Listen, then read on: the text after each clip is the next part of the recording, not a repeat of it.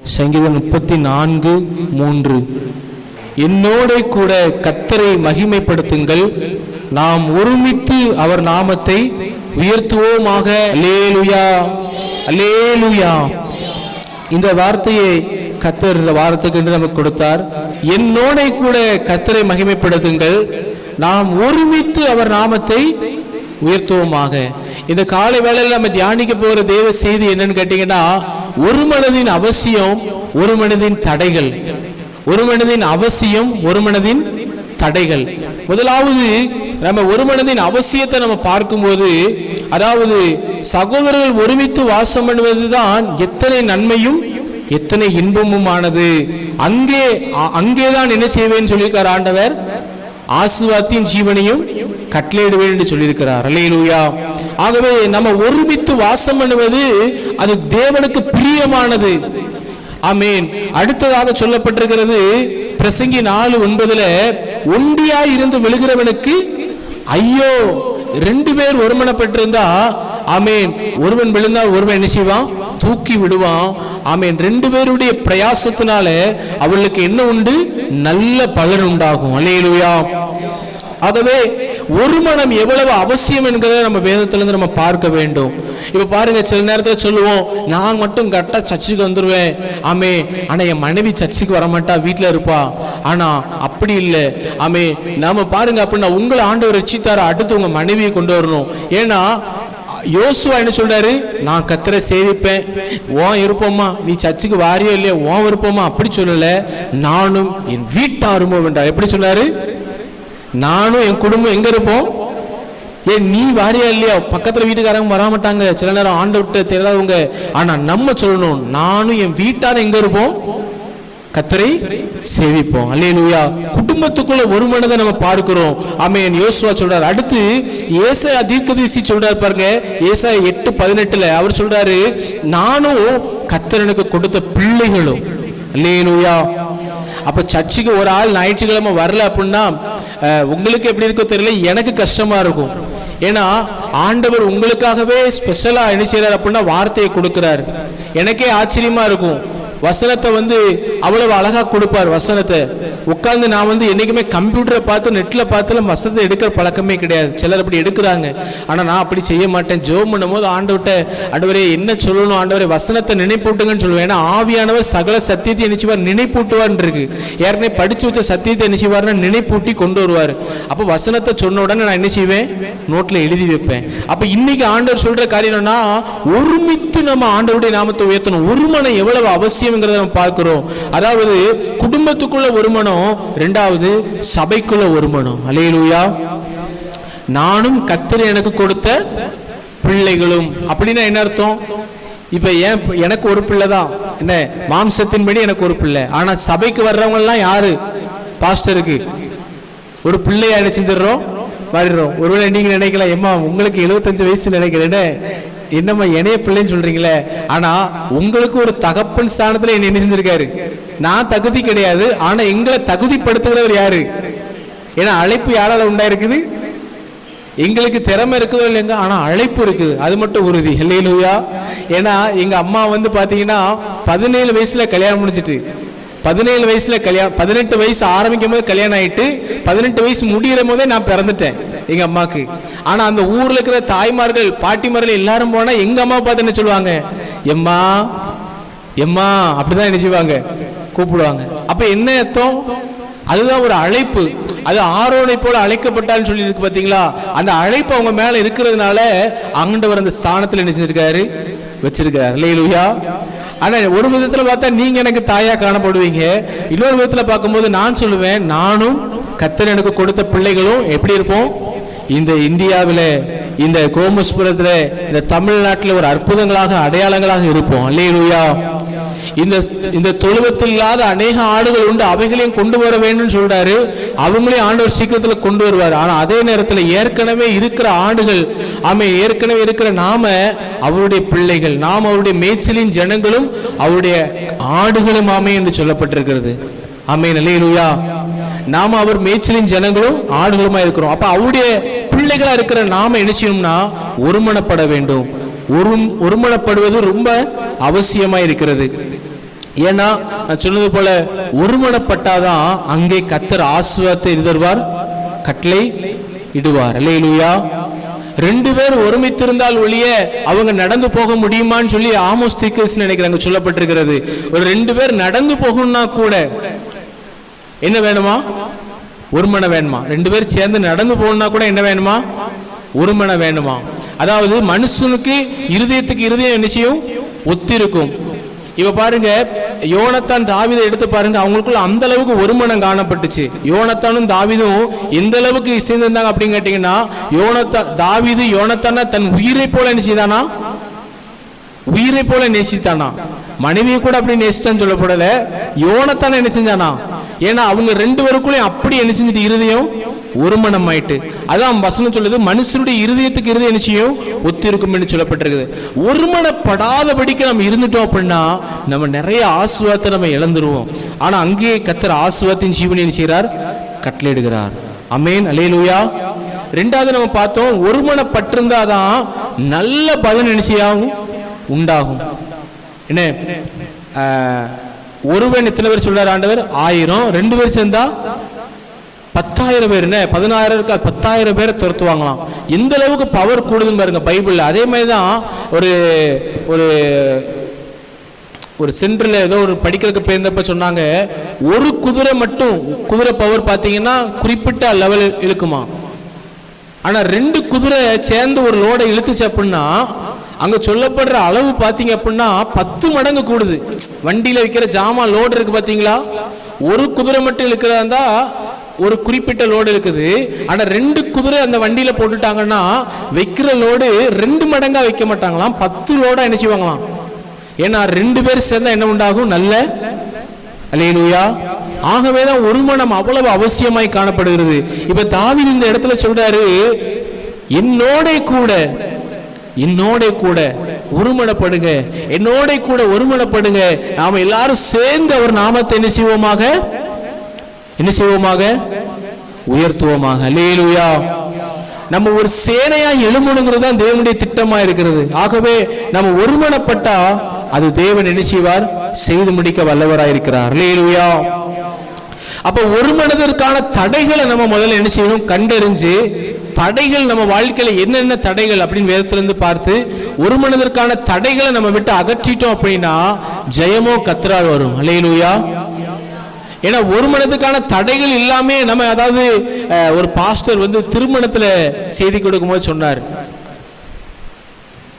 திருமணத்துல செய்தி கொடுக்கும்போது சொல்றாரு, நீங்க 2 பேரும் கூடி இருக்கிறது முக்கியம் இல்ல, 2 பேரும் என்ன செய்யணும்? இசைந்து இருக்கணும் அப்படின்னு சொன்னார். வீட்டுக்குள்ளேயே இருப்பாங்க கணவன் மனைவி, ஆனா கணவன் மனைவி என்ன செய்ய மாட்டாங்க?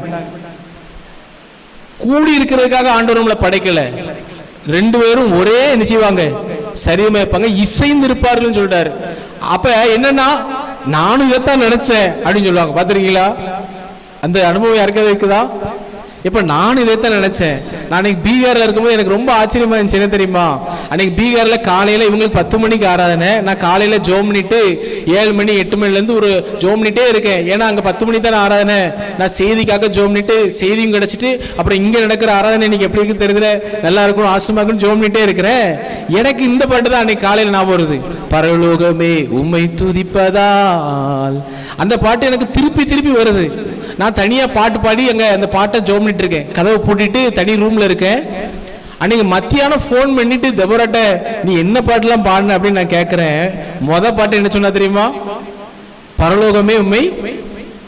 இது எப்படி நடக்குது?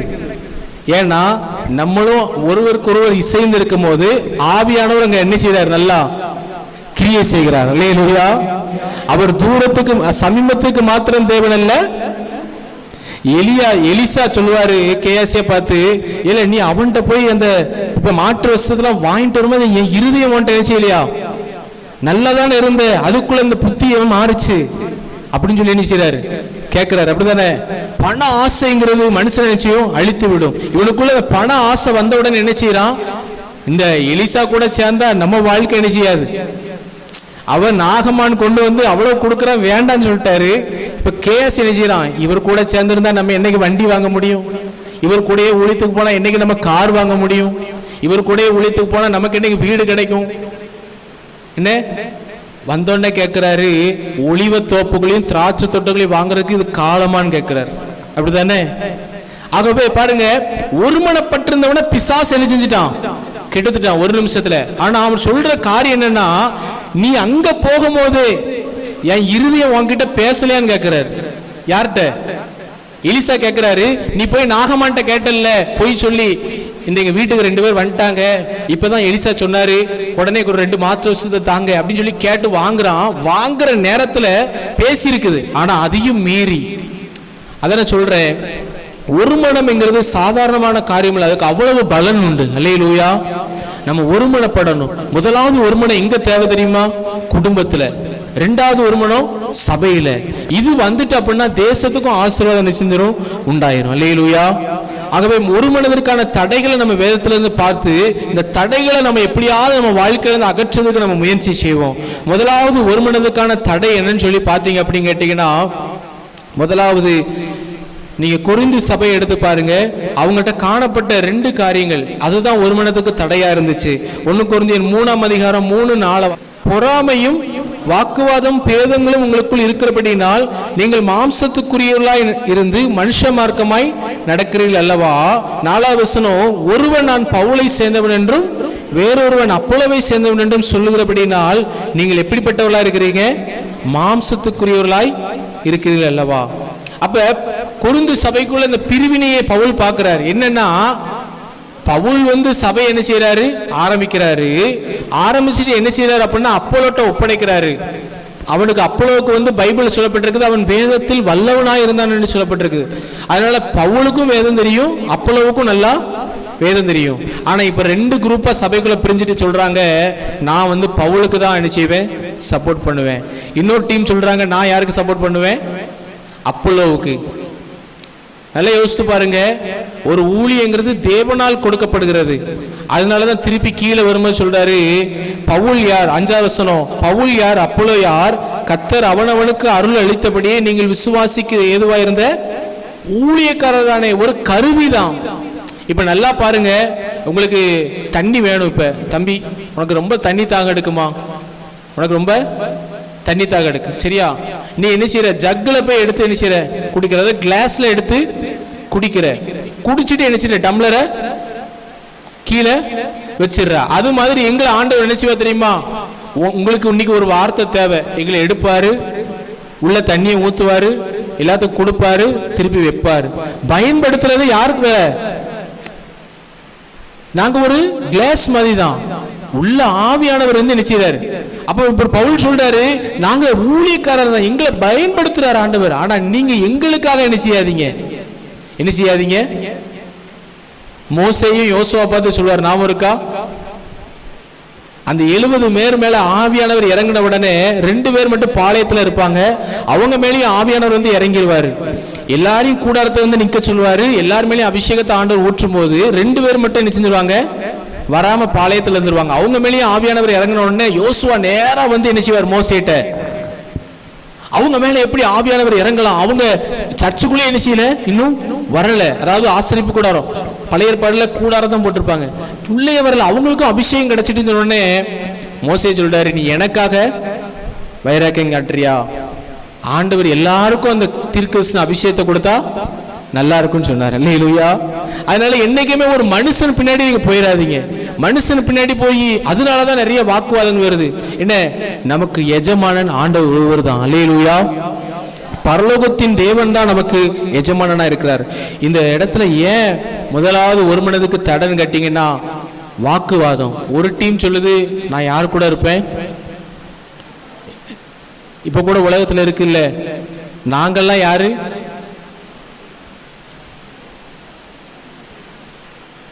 கட்சியை சொல்ல, உலகத்தை அவன் அடிச்சு குத்திக்கிடுவான், திருப்பி அவன் நாளைக்கு சேர்ந்து உட்காந்து சாப்பிடுவான், அது வேற கதை. நம்ம ஆவிக்குரிய சபையை பத்தி பேசுறோம்.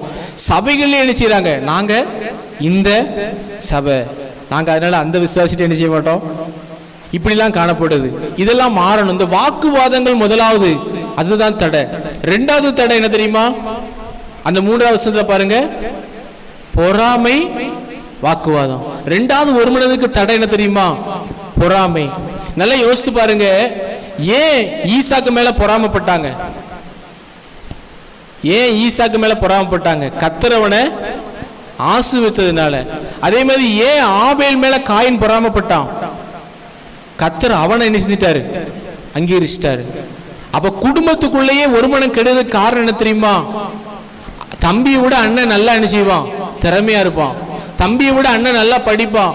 இதை பார்க்க உடனே என்ன செய்யும்? ஒரு பொறாமை வரும். பொறாமையே வரலங்கிறவங்க அல்லையே சொல்லுவோம். அப்ப நீங்க பிறக்கும் போதே ஆவிக்குறீங்களா பிறந்துட்டீங்களா? எனக்கே ஆச்சரியமா இருக்கு. அதாவது இந்த மாம்ச சுவாபம் வந்து எல்லாருக்குமே இருக்கும். இருந்தது இல்லையா? உங்களுக்கு ஒருவேளை இல்லாட்டி ரொம்ப நல்லது, இல்லாட்டி நல்லதுதான். பாருங்க, யோசேப்ப 8 பேரும் என்ன செஞ்சாங்க? எத்தனை பேரு? 11 பேர் சேர்ந்து என்ன செஞ்சாங்க? ஏன் அவன் மேல ஒரு ஸ்பெஷல் என்ன செய்யுது? வஸ்திரம் இருக்குது. இதுல வேற சொப்பனை வேற, இவனுக்கு கிஃப்ட் வேற. அப்ப சில கிருபைகள், சில தாளந்துகள் சிலருக்கு இருக்கும் போது என்ன வருது? அப்ப அந்த பொறாமையினால என்ன செஞ்சது? ஒரு மனம் கெட்டு போயிருது. அல்லேலூயா. பொறாமை என்பது எலும்பு உருக்கி, அவங்களுக்கே தெரியாது, அவங்க வாழ்க்கையை உருக்கிரும். ஆகவே பொறாமை என்பது, பொறாமை என்ன செய்யுது? எலும்பு உருக்கி. சொஸ்த மனம் உடலுக்கு ஜீவன். நல்லா இருந்தா நல்லா இருந்து போறான், ஆண்டவரோட ஆசீர்வதிக்கிறாரு, நல்லா இருந்துட்டு போட்டுன்னு நினைச்சு பாருங்க, உங்களையும் ஆண்டவர் ஆசீர்வதிப்பார். அல்லேலூயா.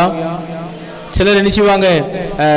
ஒரு சம்பவம், ஒருத்தர் வந்து ஒரு வாரத்துக்கு முன்னாடி சொன்னாரு, அந்த அம்மா வீட்டில் ஒரே விளவீனம் வியாதிகளாம். உடனே அந்த அம்மா வந்து இன்னொரு வீட்டு வாசல்னு சொல்றான், இவன் எப்ப பார்த்தாலும் நல்லா இருக்கானே, எப்ப பார்த்தாலும் வீட்டுக்கு வெளியே நினைச்சுதான் சொல்லுதான். பாத்தீங்களா, உலக மனுஷங்க எப்படி இருக்காங்க, நாம அப்படி இருக்க கூடாது. அல்லேலூயா. இன்னும் ஆசீர்வதிக்கட்டும் அப்படி நீங்க நினைச்சீங்கன்னா உங்களையும் ஆசீர்வதிச்சுவார். அல்லேலூயா.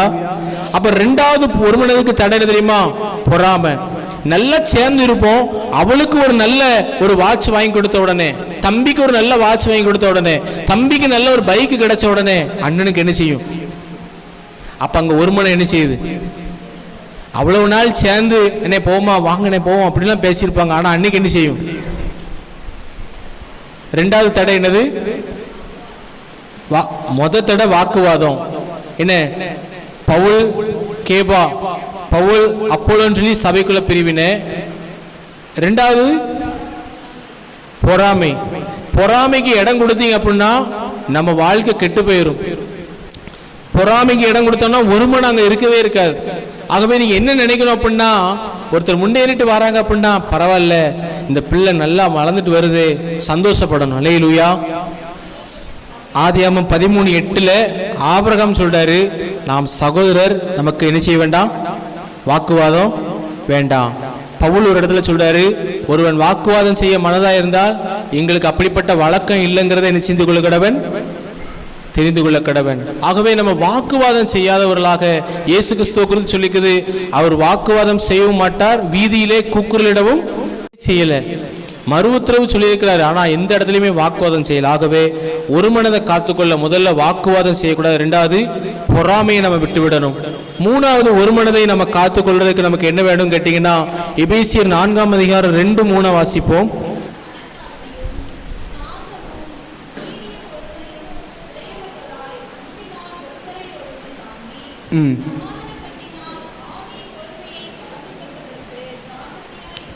போதும். அப்ப ஆவியின் ஒருமையை காத்துக்கொள்றதுக்கு எப்படி முடியும் அப்படின்னு கேட்டீங்கன்னா, சமாதான கட்டினால்.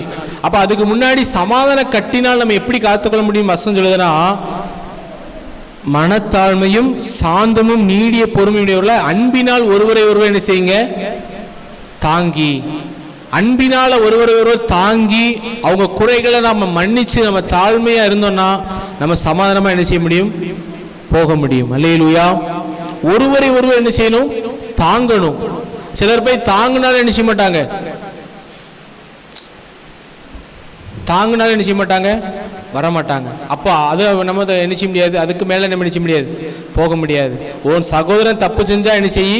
ஆண்டவர் என்ன சொல்றாரு பாருங்க, சுவிசேஷம் 18ஆம் அதிகாரத்தில் நீங்க 15-17 வரையா வாசித்து பாருங்க. அவன் தப்பு செஞ்சுட்டானா தனியா இருக்கும்போது சொல்லு, கேட்டானா ஓகே சரி, இல்லாட்டி 2 பேரை கூட்டு போய் சொல்லு, அப்போ கேட்டாலும் ஓகே, இல்லாட்டி சபையா போய் சொல்லு. அப்படி சொல்லியும் கேட்கலையா, அவன் உனக்கு அண்ணாணியை போல என்ன செய்யட்டும் இருக்கட்டும் சொல்லிட்டாரு. ஆகவே போய் நம்ம சொல்லி நம்ம எத்தனையோ பேரை பார்க்குறோம், ஆனால் கூட என்ன செய்ய மாட்டேங்காங்க, ஒரு மனை என்ன செய்ய மாட்டேங்காங்க. அப்போ அங்கே என்ன இல்லை உங்களுக்கு புரியுதா? உண்மையான தாழ்மைங்கிறது எதில் இருக்கு தெரியுமா? போய் இறங்கி போகும்போது அவங்களும் என்ன செய்யணும், இறங்கி வரணும். அதான் ஒருவர் தாங்கி நாம போய் தாங்கும் போது அவங்க இல்லை நாங்கள்லாம் என்ன செய்ய மாட்டோம், அப்படி இருக்கிறாங்க பார்த்தீங்களா? அது ஒரு மனதுக்கு தடை. நானும் கை கொடுக்குறேன், நீங்களும் கை கொடுத்தா என்ன செஞ்சிடலாம், ஒரு மன பற்றலாம். இதுதான் நல்ல ஒரு ஐக்கியத்துக்கு அடையாளம். இயேசு அதான் சொல்றாரு, ஒருவரை தாங்கு. இப்ப போய் சொல்லும் போது அவங்க சரி தப்பா தான் செஞ்சுட்டோம் வாங்க அப்படின்னு சொல்லும் போது அவங்களும் வந்துட்டாங்கன்னா அங்க ஒரு மனதுனால நல்ல பலன் என்ன செய்யும், உண்டாகும். அல்லேலூயா.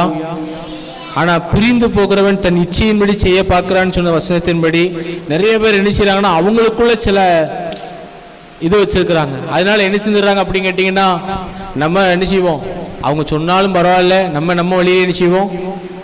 ஆனா ஒருமனப்படாட்டி என்ன செய்யாது, பெரிய காரியங்களை செய்ய முடியாது. அல்லேலூயா. 3 காரியங்களை நம்ம பார்த்தோம். முதலாவது வாக்குவாதம், 2வது பொறாமை, 3வது மனத்தாழ்மை இல்லாதனால என்ன செய்ய முடியாது, ஒருமனப்பட முடியாது. நான் எத்தனையோ முறை என் ஒய்ஃப்ட மன்னிப்பு கேட்டிருக்கிறேன், எத்தனையோ முறை கேட்டிருக்கேன். ஆனா அவன் மட்டும் நான் மன்னிக்க மாட்டேன் அப்படின்னு முகத்தை தூக்கி இருந்தா என்ன இருக்கும்? இதுதான் ஒருவரை என்னது தாங்கிறது. அதாவது மனுஷனா இருக்கிற வரைக்கும் நமக்குள்ள ஏதாவது ஒரு குறைகள் வரதான் செய்யும். ஆனா ஒருவரை நம்ம என்ன செய்யணும்னு சொல்லியிருக்குது, மன்னிக்கணும்னு சொல்லியிருக்குது. அல்லேலூயா. கிறிஸ்து உங்களுக்கு மன்னித்தது போல. ஆகவே நம்ம மன்னிக்க மாட்டேன் அப்படின்னு சொல்லிட்டு நம்ம இருக்காதபடிக்கு ஒருவரை மன்னிச்சோம்னா சமாதானமா போய் ஒரு மனதை காத்துக்கொள்ளலாம். 4வது கடைசியா ஒரு மனதுக்கான தடை என்னன்னு கேட்டீங்கன்னா, சகோதரர் கலாத்தியர் 2:4 பவுல் சொல்றாரு, சபைக்குள்ள நல்ல ஒரு மனமா போயிட்டு இருக்கிற நேரத்துல பவுல் சொல்றாரு, பக்க வழியாய் நுழைந்த கள்ள சகோதரர் அப்படின்னு சொல்றாரு. ஏன் இந்த இடரல் வந்துட்டு, ஏன் சபைக்குள்ள பிரிவினை வந்துட்டு அப்படின்னு கேட்டீங்கன்னா, புதிய ஏற்பாடுல பவுல் சொல்றாரு, இயேசு கிறிஸ்துவ விசுவாசிச்சா மாத்திரம் போதும் நீங்க ரட்சிக்கப்பட்டலாம்னு சொல்றாரு. பழைய ஏற்பாடுல என்ன செஞ்சு, விருத்த சேதனம்னு இருந்துச்சு. விருத்த சேதனம் பண்ண வேண்டாம்னு சொல்லி பவுல் சொன்ன பிறகும் என்ன செய்யறாங்க, ஒரு கூட்டம் வந்து சொல்றாங்க, இல்ல நம்ம ரட்சிக்கப்பட்டாலும் யூதர்கள் நம்ம விருத்த சேதனம். இப்ப இந்த நாள இப்படி வந்து சொல்றதுனால சபைக்குள்ள என்ன உண்டாயிட்டு, அந்த வசனத்தை நீங்க வாசிங்க. நமக்குண்டான சுயாதீனம் என்னது, அதாவது புதிய ஏற்பாடுல 2 பிரமாணம் தான், தேவனிடத்துல அன்பு கூறு, பிறனிடத்துல, இது 2லயுமே எல்லாம் வந்துடும். ஆனா நீங்க போய் தேவையில்லாம பழைய ஏற்பாடுல ஆண்டவர் சொல்லியிருந்தாரு, மனிதனுடைய நுனித்தோலை என்ன செய்யணும், கட் பண்ணணும்னு சொல்லி. இதை செய்ய சொல்லி சில கூட்டம் சொல்லும் போது பவுல் சொல்றாரு, நான் இவ்வளவு நாள் உங்களுக்கு சொல்லி கொடுத்த சத்தியத்தை விட்டு உங்களை பக்க வழியா வந்து என்ன செஞ்சுட்டாங்க, சில கள்ள சகோதரர் என்ன செஞ்சுட்டாங்க, உங்களை கெடுத்துட்டாங்கன்னு சொல்றாரு. ஆகவே இப்படி பக்க வழியாய் வருகிறவர்கள் நம்ம ஒரு மனதை என்ன செய்வாங்க, கெடுப்பாங்க. என்னைக்குமே நல்லா நாம வச்சுக்கோங்க, யாரு, அதாவது நீங்க உங்கள்கிட்ட வந்து பேசும்போது, அதாவது சர்ச்சில் இருக்கிற ஒரு ஆளை பத்தியோ அல்லது பாஸ்டரை பத்தியோ ஒரு ஆள் வந்து உங்கள்கிட்ட வந்து குறை சொல்றாங்கன்னு வச்சுக்கோங்களேன், நீங்க அதை அவாய்டு பண்ணணும். என்ன செய்யணும், அதை கேட்க கூடாது. ஏன்னா கோல் சொல்லுகிறவன் பிராணசேனை என்ன செய்வான், அப்படியாக்கா ரொம்ப நல்லா இருக்குது கேட்டுட்டே இருந்துச்சுங்களேன், கண்டிப்பா நான் சொல்றேன் உங்களை பிரிச்சிருவான். ஆதாமுக்கும் ஏவாளுக்கும் நல்ல ஒரு மனது இருந்துச்சு, பக்க வழியா யார் வந்தான். இதுல ஒரு சத்தியம் இருக்குது, இன்னொரு சத்தியம். எம்டி ஜெயம்பர் ஒரு நாள் பைபிள் ஸ்டடி சொன்னாரு, நாட்டு மிருகங்கள் காட்டு மிருகங்கள் தான் ஆண்டவர் படைச்சாரு. ஏதேன் தோட்டத்துக்குள்ள பாம்பு எப்படி வந்துச்சு, ஏதேன் தோட்டத்துக்குள்ள சகல நாட்டு மிருகங்கள், வெளியே காட்டு மிருகங்கள், பாதுகாக்கவும் பண்படுத்தவும் சொன்னாரு. ஆதாம் ஏதோ ஒரு சைட்ல கொஞ்சம் பிஸியா இருக்கும் போது உள்ள யார் வந்துட்டான், ஏன்னா ஆதாம மயக்க முடியாதுன்னு தெரிஞ்சதுனால யார்கிட்ட போறோம், புரியுதா உங்களுக்கு? உங்க வீட்டுல கூட கணவன் மனைவிக்குள்ள பிரிவினை கொண்டு வரதுக்கு சில பிசாசுகள இருக்கும் ஊர்ல. கணவன் மனைவி தேவனால் ஏற்படுத்தப்பட்ட ஒரு பெரிய ஒரு ஆசீர்வாதம். இந்த ஒரு மனதை கெடுக்கிறதுக்கு சில சொந்தக்காரங்க வருவாங்க. ஆனா நீங்க ஜாக்கிரதையா இருக்கணும். இப்படி பக்க வழியா வர்ற ஆட்கள் என்ன செய்யாதீங்க, வீட்டுக்குள்ள விடாதீங்க. அல்லேலூயா. அவன் சொல்றது நல்லது, கரெக்டாக தானே சொல்றான். என் மனைவி நான் அப்படிதான் பண்ணா, அதைத்தானே சொல்றான். அப்படியா, சரி நான் பார்த்துக்கிறேன், நீங்க போயிட்டு வாங்க அப்படின்னு சொல்லிட்டு நம்ம போய் ஜோம் பண்ணணும். இப்போ என்ன ஆகும் தெரியுமா?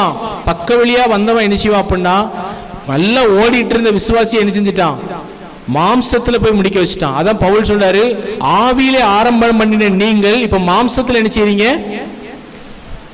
கிறிஸ்து இயேசுவுக்கு மாத்திரம் நீங்க என்ன செய்யணும், அடிமையா இருக்கணும் நான் சொன்னேன். ஆனா நீங்க என்ன செய்றீங்க, நியாயப்பிரமாணத்துக்கும் அடிமையாயிட்டீங்க.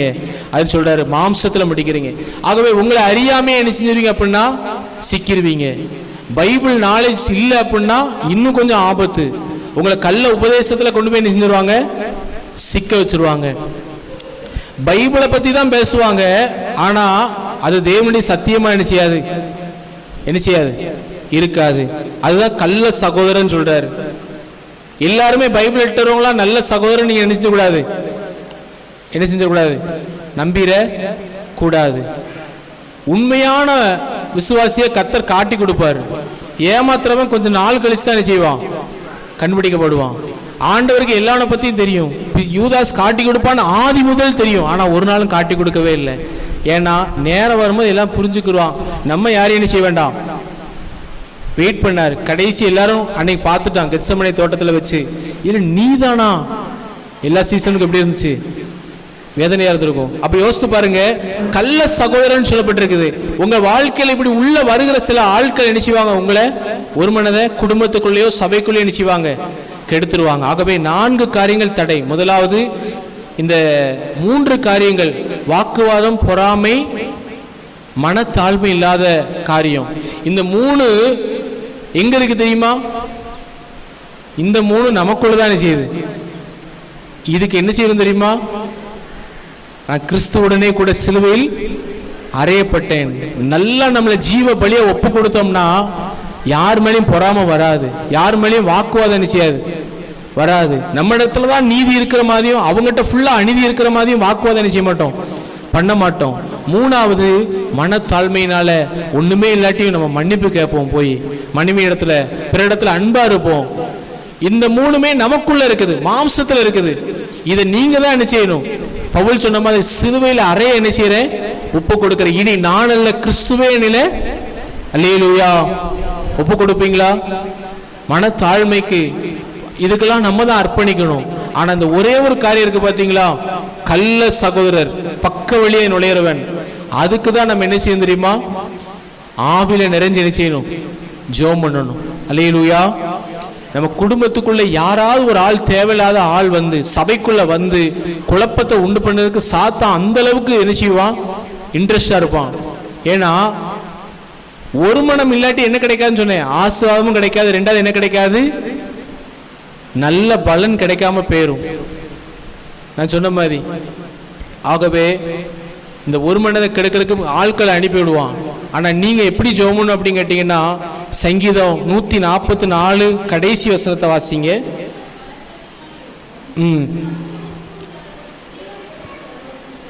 சத்துரு உட்புகுதலும் குடியோடி போகுதலும் இராது, எங்கள் வீதிகளில் கூக்குரலும்.